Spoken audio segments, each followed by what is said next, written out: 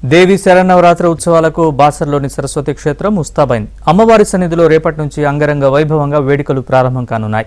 ఇప్పటికే బాసర క్షేత్రాన్ని సర్వాంగ సుందరంగా తీర్చిదిద్దారు. ఆలయ గోపురాలతో పాటు ప్రధాన ద్వారాలను విద్యుత్ దీపాలతో అలంకరిస్తున్నారు. భక్తులకు ఎలాంటి ఇబ్బందులు కలగకుండా అన్ని ఏర్పాట్లు చేశారు. బాసర్లో ఏర్పాట్లపై మరింత సమాచారం మా ప్రతినిధి మాంతయ్య అందిస్తారు. శరన్నవరాత్రి ఉత్సవాల కోసం ప్రసిద్ధ సరస్వతి క్షేత్రం బాసర ముస్తాబైంది. ఇప్పటికే దాదాపుగా ఏర్పాట్లు కూడా పూర్తయ్యాయి. ప్రస్తుతం ఏదైతే బాసర ఆలయానికి వచ్చే భక్తులకు ఎలాంటి అసౌకర్యాలు లేకుండా అదేవిధంగా వారికి అమ్మవారి దర్శనం శీఘ్రంగా జరిగేలా అవసరమైన ఏర్పాటు చేస్తూ ఉన్నారు. మనతో మాట్లాడేందుకు ఆలయ ఈవో గారు ఉన్నారు. సార్ చెప్పండి, శరన్నవరాత్రి కోసం ఎలాంటి ఏర్పాట్లు చేశారు? ఓం నమో సరస్వతే నమః.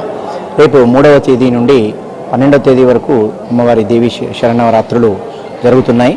అందులో ముఖ్యంగా మనకు కావాల్సిన 9వ తారీఖు రోజు మాత్రం ముఖ్యంగా మూలా నక్షత్రం ఉంటుందండి.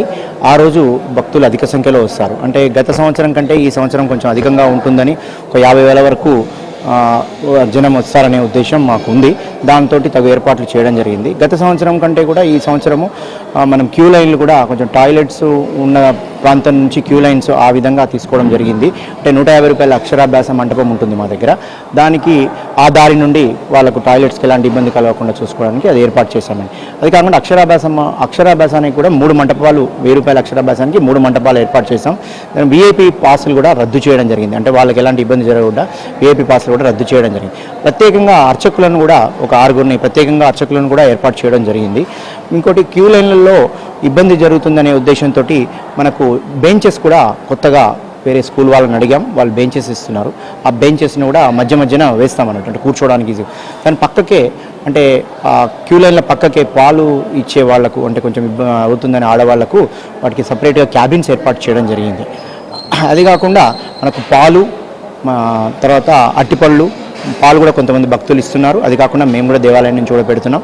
అట్టి పండ్లు కూడా పెడుతున్నాం. బిస్కెట్స్ కూడా ఏర్పాటు చేయడం జరుగుతుందండి. ముఖ్యంగా పార్కింగ్ సమస్య కావచ్చు, క్యూలైన్లో ఇబ్బందులు కావచ్చు, ప్రతి ఏటా కూడా మీరు ఎన్ని ఏర్పాటు చేసినా కూడా ఏదో విధంగా ఏదో సమస్య బయటకు వస్తుంది. గతంలో ఉన్న సమస్యలు గుర్తించి ఈసారి ఆ సమస్యలు తలెత్తకుండా ఎలా ఏర్పాటు చేశారు? అవునండి. ఇప్పుడు గత సంవత్సరం ఏం క్యూ లైన్లలో కొంచెము పాలు సరిగా అందలేదని అన్నారు.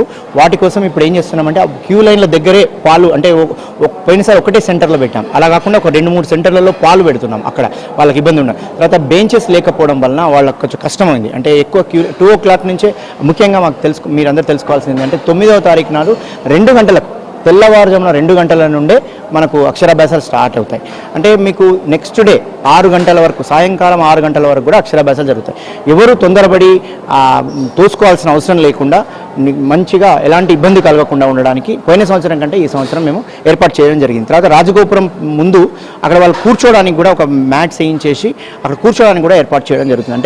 అంటే ప్రతి దేవాలయానికి మా దేవాలయానికి కొంచెం డిఫరెన్స్ ఉందండి. ఏంటంటే అక్షరాభ్యాసం చేసుకోవడానికి 20 నిమిషాల సమయం పడుతుందండి ఖచ్చితంగా.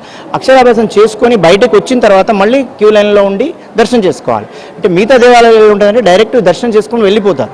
అక్కడ కొంచెం ఇబ్బంది అవుతుంది. ఒక 20 నిమిషాలు ఆ ప్రతి ఒక్క బ్యాచ్కు పడుతుంది. అది కొంచెం ఇబ్బంది ఉంటుందండి. కానీ మిగతా క్యూ లైన్లో మాత్రం ఇలా ఈసారి ఇబ్బంది జరగకుండా ఉండడానికి 100% కృషి చేస్తున్నాం. సార్ స్వామి చెప్పండి, వైదికంగా ఎలాంటి ఏర్పాట్లు చేయబోతున్నారు? ఈ 9 రోజుల పాటు వైదిక పూజలు ఏ విధంగా ఉంటాయి? ఓం సరస్వతే నమః. శరదిందు సమాకారే పరబ్రహ్మస్వరూపిణి వాసరాపీఠనిలయే సరస్వతే నమోస్తే.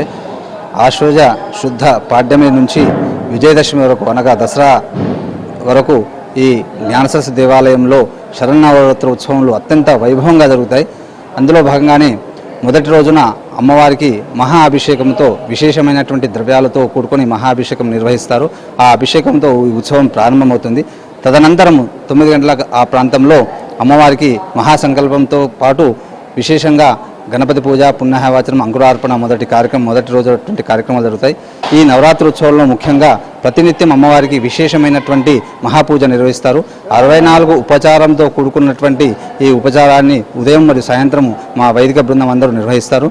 మరియు విశేషంగా 9వ తారీఖు రోజున అమ్మవారి జన్మ నక్షత్రం అంటే మూలా నక్షత్రం రోజున అమ్మవారికి తెల్లవారుజామునే ఇప్పుడే 2 గంటల నుంచే విశేషంగా అమ్మవారి దర్శనాలు కానీ అక్షరాభ్యాసాలు కానీ ఆయా ప్రాంతంలో ఆయా మండపాల్లో నిర్వహిస్తారు. భక్తులకు ఎటువంటి ఇబ్బంది కలగకుండా ఆ అక్షరాభ్యాసాలు సాఫీగా జరగాలి. జరిగేటట్టు అన్ని ఏర్పాట్లు ఈవో గారు చేశారు. థ్యాంక్ యూ స్వామి. ఇది మొత్తం మీద కూడా అటు శరన్నవరాత్రుల కోసం దేవాలయ శాఖ పూర్తిస్థాయిలో ఏర్పాటు చేసింది. ఇటు వైదికంగా కూడా అవసరమైన అన్ని ఏర్పాటు చేశాము. దసరా వరకు విజయదశమి వరకు జరిగే ఉత్సవాలకు సంబంధించి అటు పూర్తి స్థాయిలో ఏర్పాట్లు పూర్తయ్యాయని చెప్పి చెప్తున్న పరిస్థితి కనిపిస్తుంది. మొత్తం మీద కూడా బాసరాలో నవరాత్రి సందడి మొదలైంది. దాదాపుగా ఏర్పాట్లు పూర్తిగా వచ్చాయి. ఆలయాన్ని సుందరంగా అలంకరించడంతో పాటు క్యూ లైన్లు ఏర్పాటు చేశారు. భక్తులకు ఎలాంటి ఇబ్బందులు కలగకుండా పూర్తి స్థాయిలో కూడా సన్నద్ధమైనట్టు కూడా ఆలయ అధికారులు అర్చకులు చెప్తున్నారు. ఇక్కడ శ్రీనివాస్తో మాధవరి.